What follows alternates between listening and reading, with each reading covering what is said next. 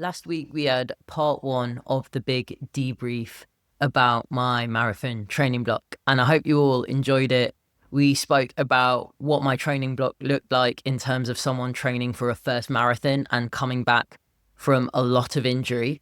We talked about frequency, how we adapted the session, and we spent a long time nerding out on the details. And I hope it gave you a good insight into what that can look like for someone that isn't a professional athlete, but just someone that isn't genetically gifted in any way as a runner, finds running hard, but just wanted to do the thing and could see what they could do. This week is part two of the big debrief. So I'm going to talk about navigating things like work, my personal life, like the training load that comes with training for a long endurance event like a marathon. I'm going to talk about all the mistakes that I made and the things that I actually think I did quite well. And I'm going to talk about what race day and the taper period looks like. And again, just with the aim to give you a big overview into the time commitment, my mindset, my mentality. Because if you're thinking of building up to a half marathon or a long endurance event, and you're not sure about things like time commitment, how to balance things, I'm hoping it's just going to give you all a better insight into what it can look like away from the glamorization of it in social media. So welcome back to another episode of Small Gains, everybody. Buzzing to have you here. Let's do the thing.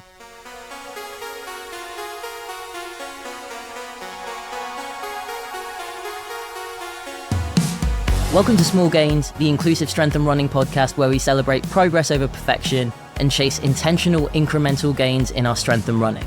Here we believe that small consistent steps lead to big transformations in our training, our lifestyle, and our overall well-being. If you're new here, welcome to the most wholesome corner of the fitness industry. If you've always felt a little bit like an outcast to mainstream fitness norms, welcome. That is why this exists. You're going to fit in amazing here, I promise. So first up, we're actually going to get into like the time commitment of training for a marathon because it is a lot of time. And for me, what that looked like alongside everyday life was not loads different. So the training load itself was like normal-ish. And I say ish because the only thing that I was really adding was a run that just got considerably longer. And it might not be like that for others. Up until that first training block, the most running I was doing was maybe 2 or 3 runs a week, and they weren't over 10K. Very few of them were probably even over 5K with my history of injury and having to build up from scratch so much and being very unlucky. But the training load itself for me wasn't necessarily much more. It was just when we crossed that 15-kilometer mark that I started to notice that it was taking up a lot more of my time. And then obviously building from 15 kilometers to then double that prior to race week. I suppose it was the second half of the block that was the biggest time commitment. And when you're training for any endurance event, it's always going to get so much harder the closer you get to the event before the taper period. I was obviously having to balance work, having a dual career, SoFa's Culture Club and my bands, and I was juggling personal life. So friends, partner, family, Aubrey the dog. And lastly, it was managing and juggling my well-being. So managing my ADHD and autism, making sure I took my meds, go to therapy, take the downtime and the space that I needed to recharge, sleep well, take care of nutrition and manage stress. So the main struggle points, I think the main thing for me was that I have 2 jobs that are very demanding of me and that I love, and I will prioritize them over so many things. So having this quite big personal goal alongside them definitely felt new. And it's the first time that I'd done it since being a coach. I've had little goals, races, comps, but this was a big, long chipper of a goal. Now, the perks of me doing something like this that other people might not have had is that training for a marathon fed into work for me and fed into the content that I make for you lot. So it was really easy for me to tie the two together. They were kind of just married from the beginning. And obviously that's going to be a lot different from someone that works in a completely different sector and trains for a marathon. I think the other perk was my ability to really harshly hyper-focus and tunnel vision on something. And it just meant that I was so focused on it the whole time And that's obviously also a flaw and a detriment in many different scenarios. But being able to just focus on one goal and have that be your thing, your special interest for 20 weeks, being able to feel like you were really in it, that was definitely a benefit of my hyperfocus. And a lot of the time with ADHD, you'll hyperfocus on the complete wrong things. Like I remember like a few weeks ago, I just fell into phases of hyperfocusing on trying to find a secondhand slimline integrated dishwasher, and it was happening at all the wrong times. So being able to hyper-focus on something valuable was really nice. And then finally, obviously I'm self-employed and I run my own business and I manage my own time. And because I work primarily online, it meant that I could be a lot more flexible than someone that works for someone else, for someone that goes to an office, for someone that works on someone else's time. So when it came down to the actual time commitment of all the training, that didn't feel quite as intimidating as it might do for someone that doesn't necessarily do this kind of thing for a living, I guess. Now, getting into my struggles from the time commitment, what I noticed, especially the last 10 weeks of the prep, was that my central nervous system felt really fried after the long runs. And I did most of those runs on a Sunday, 90% of them on a Sunday, some of them Friday and Saturday, but mostly those long runs were always on a Sunday. And Monday and Tuesday are two of my busiest, most full-on days of the week with my one-to-one team. Some of my busiest, fullest work days where I really, really need to concentrate and get locked in. And when my central nervous system was a bit fried, it definitely got harder to get up in the morning. And it's something that I'm really proud that I maintained, but I did find it really, really hard. My body fatigue being as high as it was day to day, and not having had experienced that before because this was my first long endurance event, was definitely strange. And a struggle point of that was that I wasn't able to train as much as I was used to. I'm very used to doing 5 or 6 sessions a week, but because of these big long runs that were just frying my central nervous system, toasting my legs, I wasn't going to the gym as much because I needed more recovery time.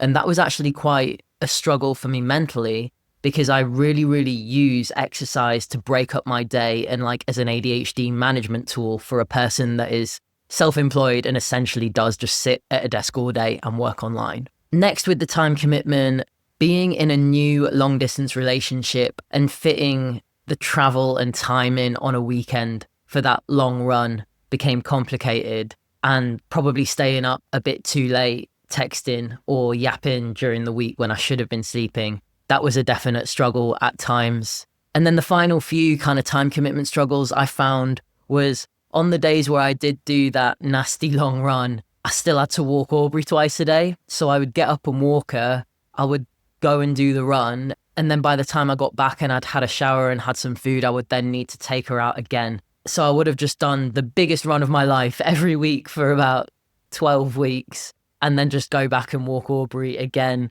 And that obviously got harder and harder as I got more and more tired. But obviously I wouldn't change that for the world. It was just a new thing that I didn't expect I would find hard. And then we got into March and I had band rehearsals and then I had a tour.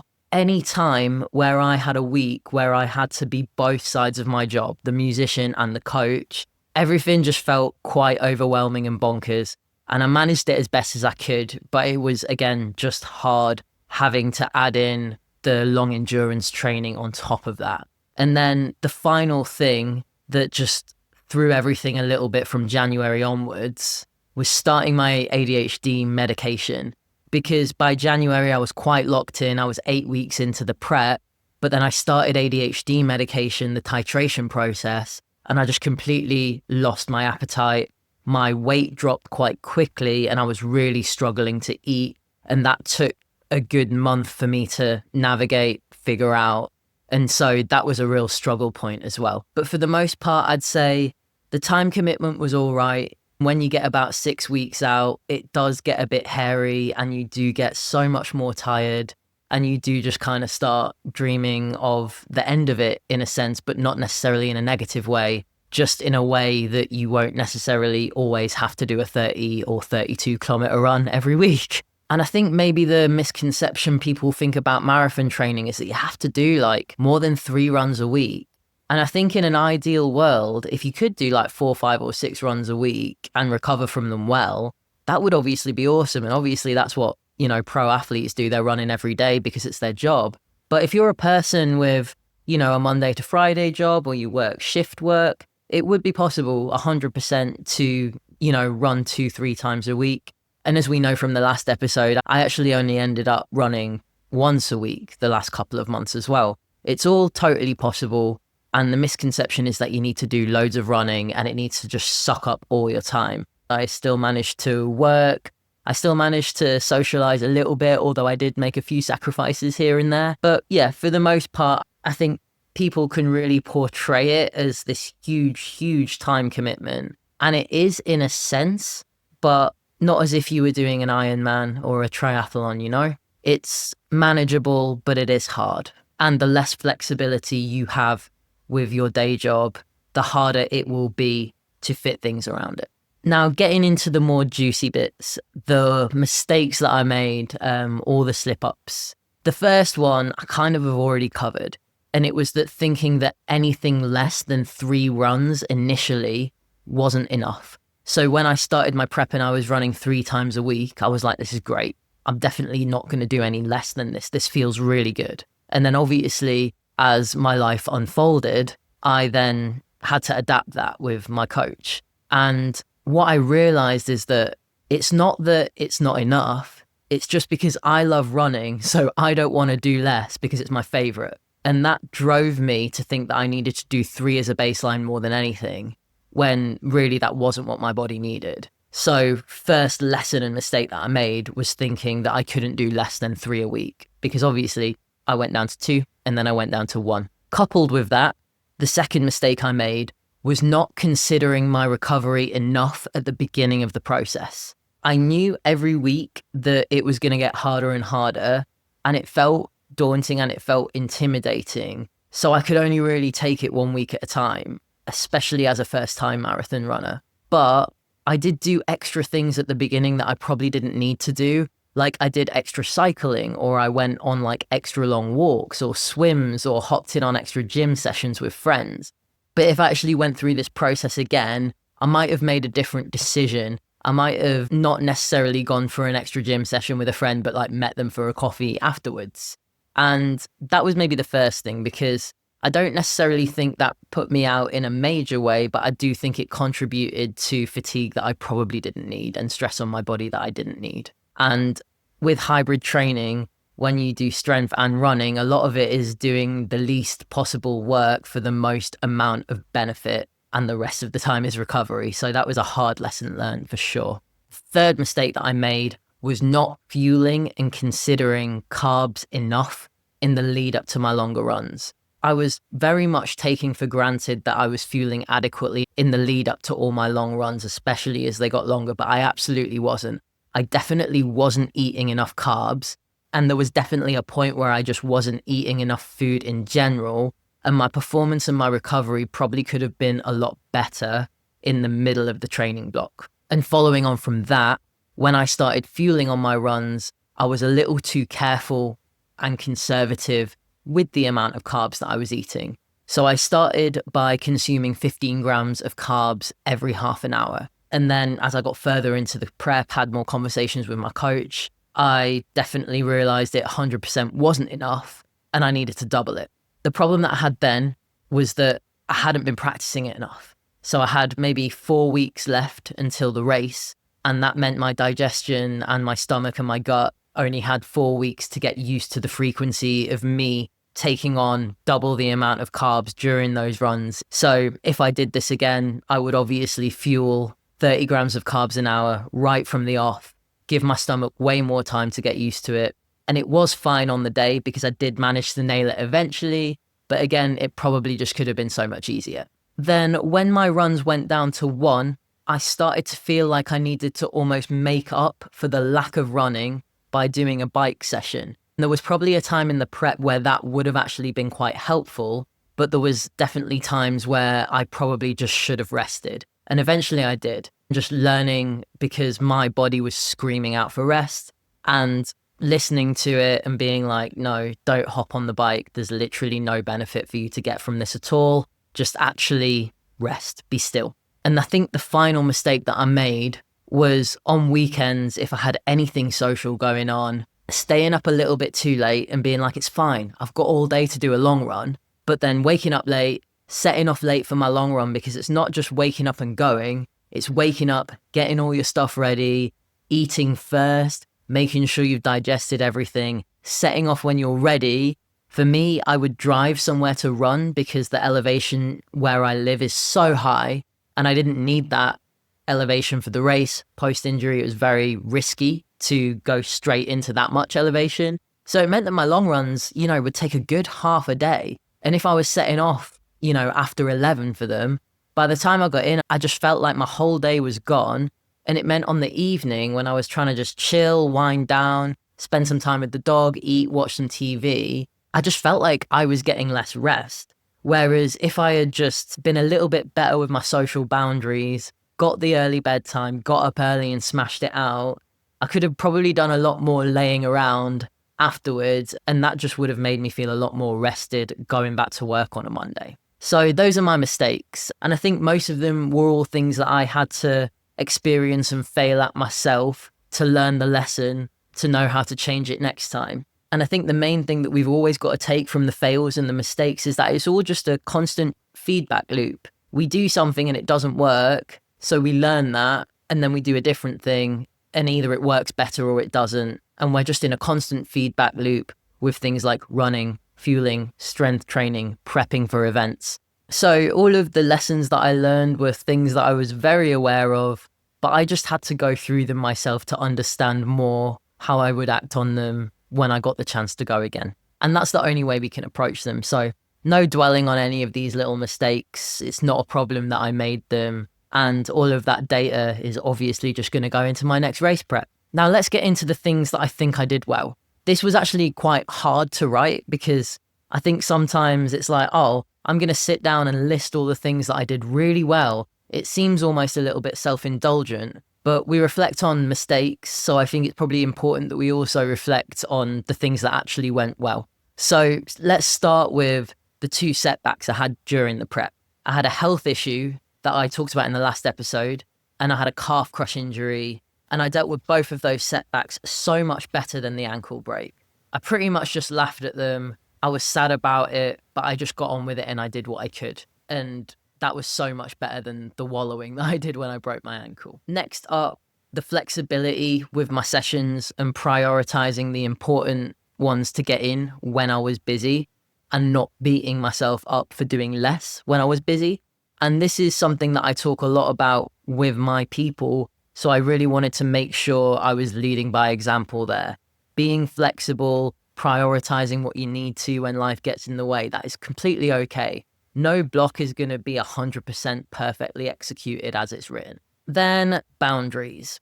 Setting boundaries and upholding them most of the time. Not all, but most. With my sleep, with my social life, with any commitments, I did get to a point where I cancelled a few plans when I realised that it was going to start getting too much if I did a bunch of stuff on the Saturday and ran 30k on a Sunday. And I had to miss a friend's birthday. I had to miss a client's roller derby game. And I knew setting that boundary and explaining why I was taking that time would be understood. And there was a bit of mental chatter of being like, well, you should just be able to do both. But that was the right thing to do. And I also think setting a boundary by saying, I don't want to do another long run, I'm done, I want to start tapering, was another thing that I listened to my body and made a choice from my gut as opposed to my brain and what my heart wanted to do, which was probably to do another run, but I knew it wouldn't serve me. I guess the other boundary that comes with any sort of social plans or friends is late nights and whether alcohol is going to be consumed. Now, I'm not much of a drinker anyway, I barely drink at all, but I definitely made an intentional effort not to really drink any alcohol because obviously we know that it is a toxin and it does affect our sleep quality. So if we have a couple of beers and we sleep well, we know that doesn't mean that it's good quality sleep. And that was one thing that I could control that would have a really big factor in my recovery. So I just set the boundary to just not even bother. And that didn't necessarily affect me. It's so easy to have a 0% beer now that I didn't miss it. if I went out and my friends were all having a drink, I could have a 0% because I enjoy them and they taste good. And I think with all of the non-alcoholic options we have and all the soda options we have, it's really easy to socialize and not necessarily feel like you need to consume any alcohol. Taking on Tom's feedback and being open to his theories and his process, he might refer to it for his madness, but everybody trains differently for an event, and we all get there and we all do the event, and there's no wrong or right answer to train for any endurance event. So trusting what the person who's doing your programming is saying and taking on their feedback and listening to their advice is kind of a non-negotiable. But it does also have to be an open line of communication when you're working with a coach, because we do have to tweak, we do have to be flexible. And the more feedback and the more communication between the athlete and the coach, the better the result is going to be when you have that communication and you can both take on and give the right amount of feedback. Then the final thing that I'm going to shout out that I think went well was me just finally realizing the importance of rest and downtime and stillness in the final 2 months of the prep, and just embracing going to the gym less and running less. Because as I said earlier, mentally it did feel hard to not be doing as much frequent stuff that I was doing before. Even though I was running for longer and further, the frequency of my sessions just wasn't normal and it was out of routine, so it felt a bit weird. But I did get used to that eventually, and I felt like I was quite patient with hoping that I would settle into that. And I did, to an extent. And I think I got there eventually. So those are the mistakes and those are the things that I did well. And hopefully you will listen to all my mistakes and won't need to make them. And hopefully you will hear all the things I did well and feel like, oh, okay, maybe I can take a little bit of that into my prep when I start it because it worked for them. So now we get to the fun bit, which is we get to the taper and the race day. The taper is when you've done your longest run and then you spend 1 to 2 weeks lowering the volume of your runs and starting to prioritize more rest and recovery. So as I mentioned in the last video, I did my last run a week before the marathon, which was a 10K. And then I had 6 days of complete rest with an upper gym session and a very steady 40-minute chill bike ride. So the Thursday, Friday, and Saturday before the race were completely protected. And I thought I was going to be nervous, but I just felt quite chill and excited. And I think that's probably a sign that you know that you've done everything that you can. Like, all of the work has been done and there's nothing more that you can do. And there was something really restless in that, but also quite peaceful.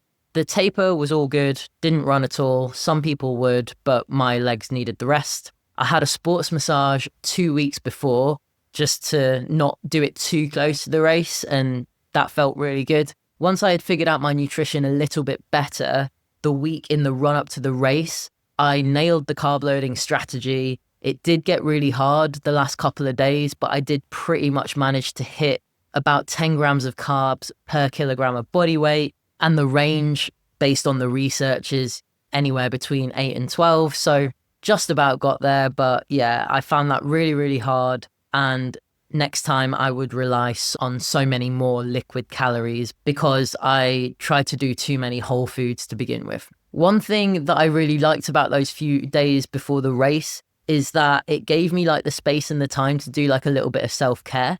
I got my nails done.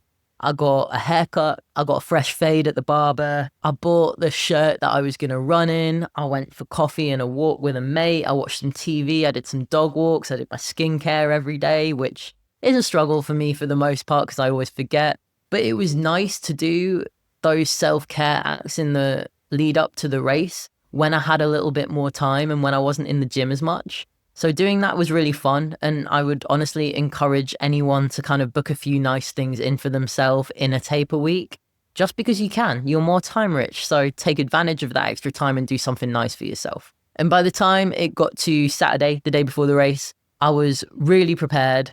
I spent the day before the race completely on my own with the dog, and I felt restless, but I had got everything ready. What I also found really helpful was I listened to so many podcasts and watched so much YouTube and got myself really quietly gassed up for the race. And because it was marathon season, there were loads of awesome podcasts coming out about prepping for your first marathon, running your best race. I was watching vloggers, influencers, and just surrounding myself with loads of like positive, fun creators that were making cool content. I really kind of enjoyed getting excited, like quietly in my own introverted way about it. And the final thing I did the couple of days before race day was that I set process goals and outcome goals. So an outcome goal is what you actually want out of the event. What time do you want? How fast do you want to run? What is the main outcome goal for doing the thing? And then the benefit of having process goals alongside outcome goals is that you always will have some stuff to tick off. So you're not necessarily saying, I'm going to run a 4-hour marathon, and if I don't do that, then I haven't set out what I wanted to do, and I'm going to be really disappointed and give myself a hard time. We actually want to be a bit more specific and give ourselves a little bit more credit for the work that we've done than that. So the goals that I set for myself, outcome goals. The A outcome goal was a sub 5-hour marathon. The B outcome goal was to finish the marathon continuously and pain-free. And the C outcome goal was that I would do my furthest ever run that day if I didn't finish it, which would be over 32 kilometers. So all I had to do to tick off my first outcome goal was run further than 32k. Then to tick off my second, all I had to do was finish. And to tick off my third, it was going for that time goal, the sub 5-hour marathon. And in the end, I got 5 hours and 7 minutes. So I ticked off 2 of my outcome goals, and it did not bother me in the slightest that I didn't get that sub 5 at all. Then go into the process goals. The process goals are the thing that you want to tick off to get to the outcome. And all of these got ticked off for me. The first one was pace smart in the first 3 quarters of the race. I 100% did that. My second process goal was to stick to my fuel and hydration plan to the letter, which I did. And then my last one was to be present for the race and have a really, really nice time, which I did. So I ticked off 5 out of 6 intentions for the race. And the only one I didn't tick off was the more challenging time-led one. And again, didn't bother me at all. And I think since the London and Manchester marathons, I've been watching a ton of content and listening to a lot of podcasts and interviews from different pro athletes and leisurely athletes. A lot of people that took big swings and really tried to push themselves because they'd worked hard, and a lot of them falling slightly short. And I fell slightly short, but I didn't feel like I had. I felt like I'd won. And that is the theme and the mentality that I saw in so many other people as well, which kind of gave me a little bit of validation. So if you're doing a race or a comp or you're prepping for something, do your outcome goals, but have A, B, and C. And then do your process goals. Make sure you have some good wins to tick off that are definitely going to get boxed off and make you feel good. So race day came around. I got 6.5 hours sleep, which I was actually really pleased with. I was expecting a lot less. I got 6.5 hours of continuous sleep, woke up at about 4:30, didn't want to get up until 5:30, so I'll take it. I gave myself a lot of time to get ready because I had to wear contact lenses, and it took me an hour to get them in. And oh my God, I was panicking, but I did get them in eventually, and I set off late, but I'd buffered loads of time, so it was absolutely fine. I got to Manchester, I parked my car, and I set off to the race, and then I realised I'd forgotten my headphones.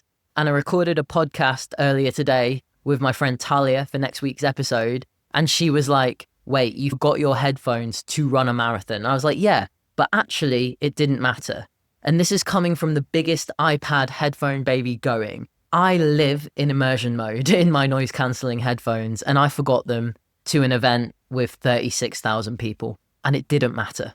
There was so much going on, and it was so overstimulating that there was always something to hear or look at, and I'm a big people watcher, so it just kept me going, and I actually didn't notice it. I got to mile 18, and my friend and my partner were there, and they gave me my headphones.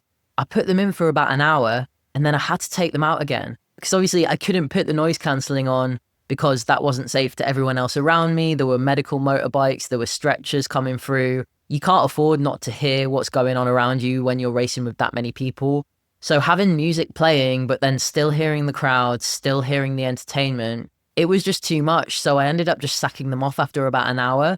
But it did give me a little bit of a lift when it got to 18 miles. So it definitely served a purpose, but it definitely wasn't the end of the world that I thought it might be when I forgot them. The crowds were all wicked. Obviously, when you run any race, everyone just shouts the name that you've got on your bib. the handful of you lot that were there and shouted really lovely things and then messaged me afterwards to say that you saw me, appreciate it so much. I could definitely tell the people shouting my name that actually knew me and the people that were just being nice, because it was a lot more like excitable and specific. It was really, really warm. The temperature jumped up from like 14 degrees on the weather forecast to 20. I was initially going to just drink the water on the course at the aid stations every 5K, but in 20-degree heat, when you're running a 5-hour race, which I was fully expecting to do, 5K between water stations in that heat for that amount of time was a lot. So made the decision to take my hydration vest, and I took 2 liters of water with me with electrolytes in. I feel like I nailed the fueling on the day. I stuck to it, which was one of my process goals.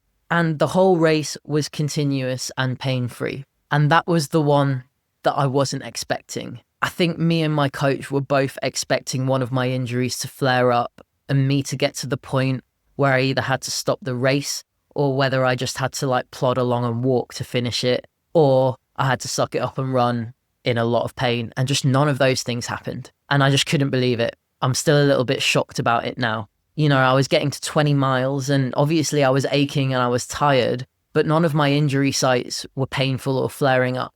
And I think the other thing that me and Tom both expected was that I wouldn't be pain-free and injury-free the day after. We really didn't think that I had quite managed to get enough volume to do this in a way that wouldn't hurt my body. And it really couldn't have been the opposite. The marathon ended up feeling better than my last 5 long runs in the whole prep.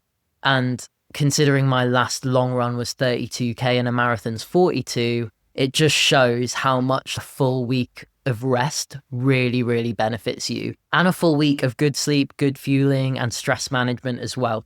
It all contributed to me feeling good and being recovered enough to not lead to an injury flare-up or a further overuse injury, you know? So I was really shocked, but really happy with that. And there was a couple of times in the prep where Tom was like, well, if that happens, we'll just deal with the consequences after. And I think a lot of the time you just can't fear injury, especially if you've had a lot of them, because it is likely that it will happen. It probably will again. We're all going to get injured at some point. So making peace with it and thinking, yeah, if that happens, I'm prepared for it and I'm going to deal with the consequences.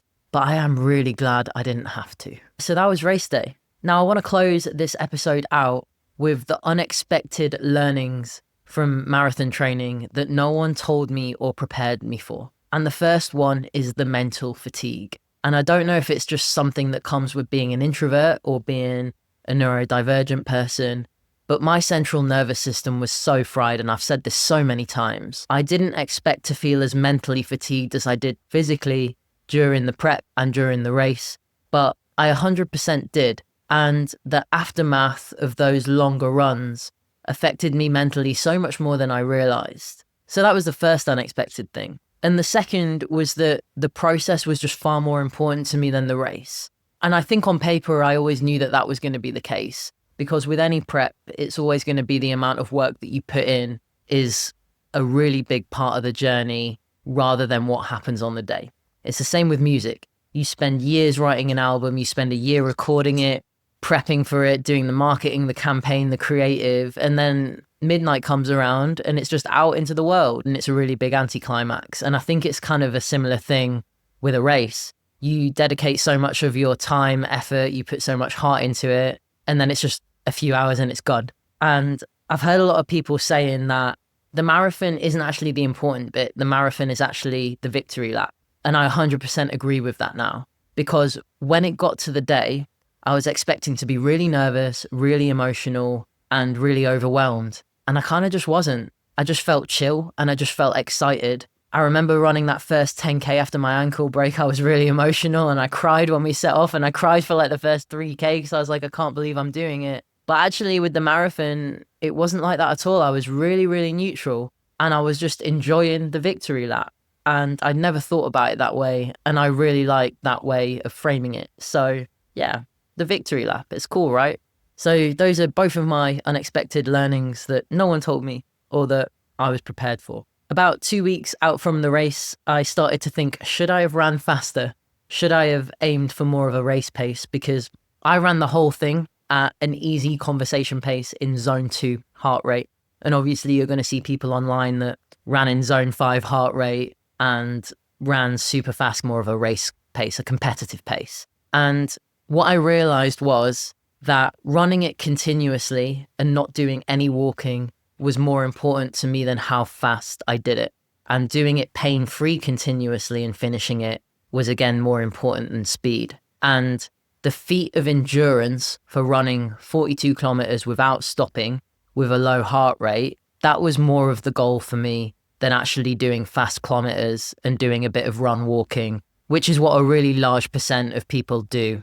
It's a big mixture. There's people that run it continuously. There's people that do a really competitive pace, but they also walk and they still get a fast time. Everyone has a different version of what they want out of it. And I knew what I didn't want out of it, which was to flare up an injury. And I knew that a huge marker of my endurance was to do it continuously at an easy conversation pace.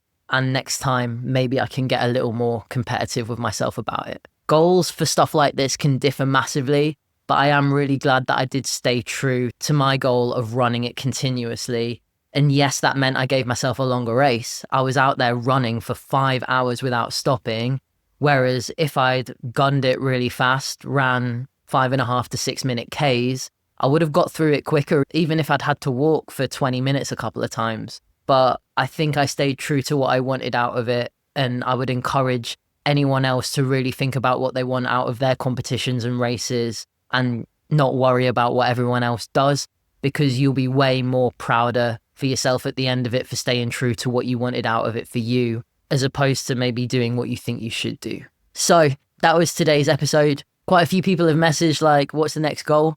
I've got a couple of races to see the year out. I've got a 10K, I've got a half marathon, but honestly, just want to enjoy a summer of running and strength training and living my life outside of that. I'm going to continue to get jacked and strong and be a better runner and just continue to enjoy the process, document it, and yap to you lot about it on the podcast and on TikTok and Instagram. So that was the big debrief. I hope you found it helpful. Please let me know your thoughts. Please let me know if it's maybe changed your mind about ever running a marathon. You might have really wanted to, and now you're like, absolutely not. Or you might have thought it can never be me, and now you're thinking, well, maybe it can. And just before I leave you lot today, my group run and strength program, Fast and Ferocious, it's helped hundreds of people level up their strength and running to become ferocious hybrid monsters or leisurely athletes, if you prefer that to monster. So if you're looking to level up your own strength and run training, and if you love the idea of really wholesome LGBTQ plus inclusive environment of leisurely lifters and runners online, fill in the form in the show notes and I'll be in touch and I'll send you the details. Because the chances are if you've made it through this podcast, you are absolutely the kind of person that I would want to have on the team. If you found this podcast in the first place and listened to a few episodes, you know my flavor. You've probably learned a little bit about me as well. And you know my vibe. So if it feels like it could be a cool fit, get in touch and let's see if it is. So keep chasing the small gains and I'll see you all in the next one. Love you.